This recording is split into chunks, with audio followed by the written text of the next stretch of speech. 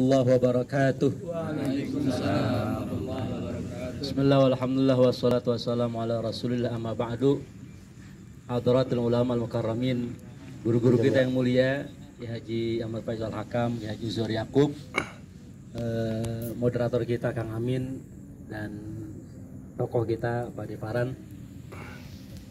Santri manut saja apa kata guru, suruh ngomong ya ngomong dah, suruh diem ya diem.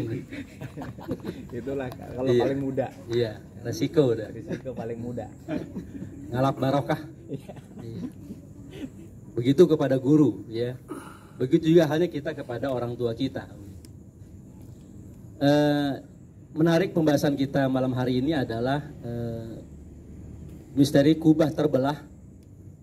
Ini adalah bagian dari contoh realita bagaimana nasib anak, ya, nasib seorang anak di dalam mengabdikan dirinya kepada orang tuanya. Gitu.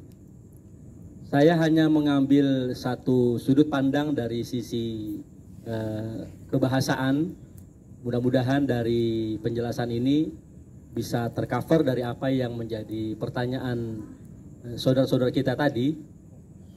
Adanya kesadaran bagaimana kita berbakti kepada kedua orang tua. Yang pertama, yang menarik adalah perintah Allah Subhanahu wa taala untuk berbakti kepada kedua orang tua ini disandingkan dengan menyembah kepadanya. Wa qadha rabbuka alla ta'budu illa iya wa bil walidaini ihsana. Jadi perintah untuk menyembah kepada Allah bersanding dengan berbuat ihsan kepada kedua orang tua. Dan yang Allah perintahkan kepada hamba-hambanya, kepada kita ini adalah ihsan, berbuat baik kepada orang tua. Bukan sekedar wabil walidaini thayyiba, tidak, tapi wabil walidaini ihsana.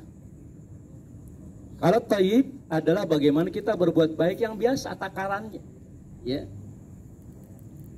Rasa-rasanya ini kebaikan kita sebesar apapun kepada kedua orang tua kita baru sebatas thayyib saja, kebaikan yang biasa. Kayak stiker toyib gitu ya.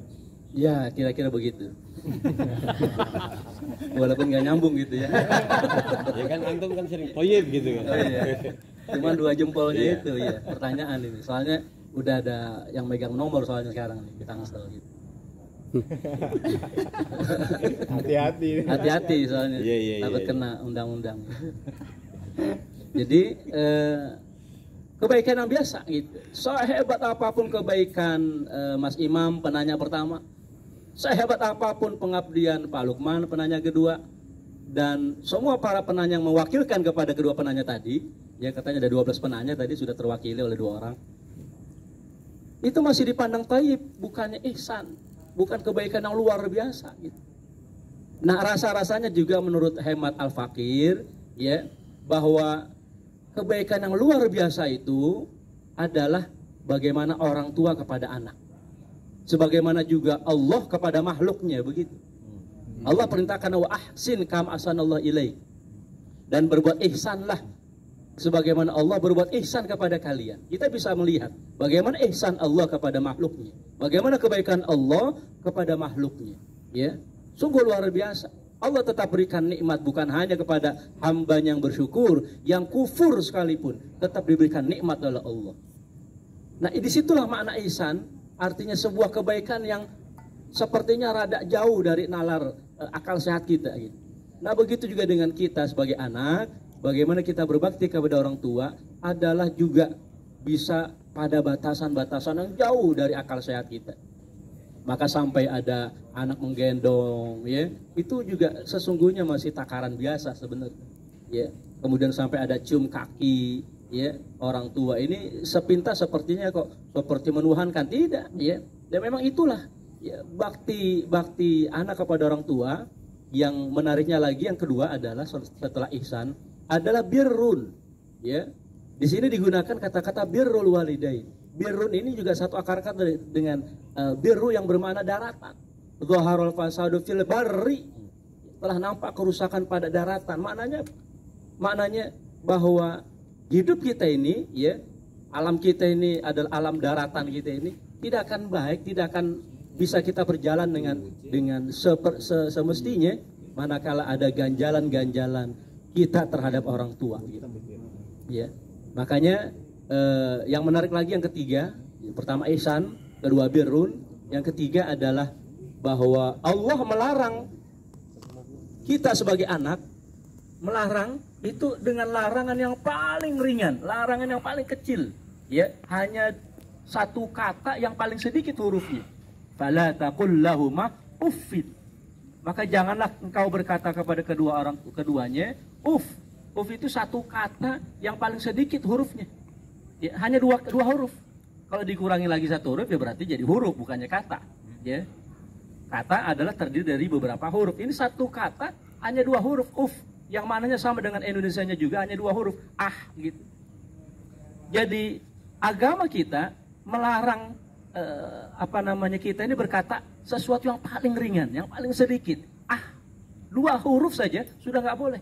Apalagi berkata yang lebih dari dua huruf. Nah, tolong ayah, ogah, tuh coba udah berapa huruf? 6. Udah 6. Nah, tolong mama belikan ini. Ogah, mama gimana sih? Orang udah begini. Oh iya, banyak amat, ya. Nah, ini artinya kita perlu menyadari akan hal itu, ya. Dari sisi larangan saja sudah paling sedikit huruf yang terkandung dalam satu kata. Yang kedua kemudian kata-kata birrul walidain ini menunjukkan bagaimana kita ini akan bisa berjalan dengan baik di daratan kita ini, ya, manakala kita betul-betul mendapatkan restu, ya, ataupun ridho daripada kedua orang tua kita. Dan tidak boleh juga kita lupakan bahwa perintah agama kepada kita terhadap orang tua berbuat ihsan, ya, bukan berbuat baik yang biasa, tapi ihsan, kebaikan yang luar biasa.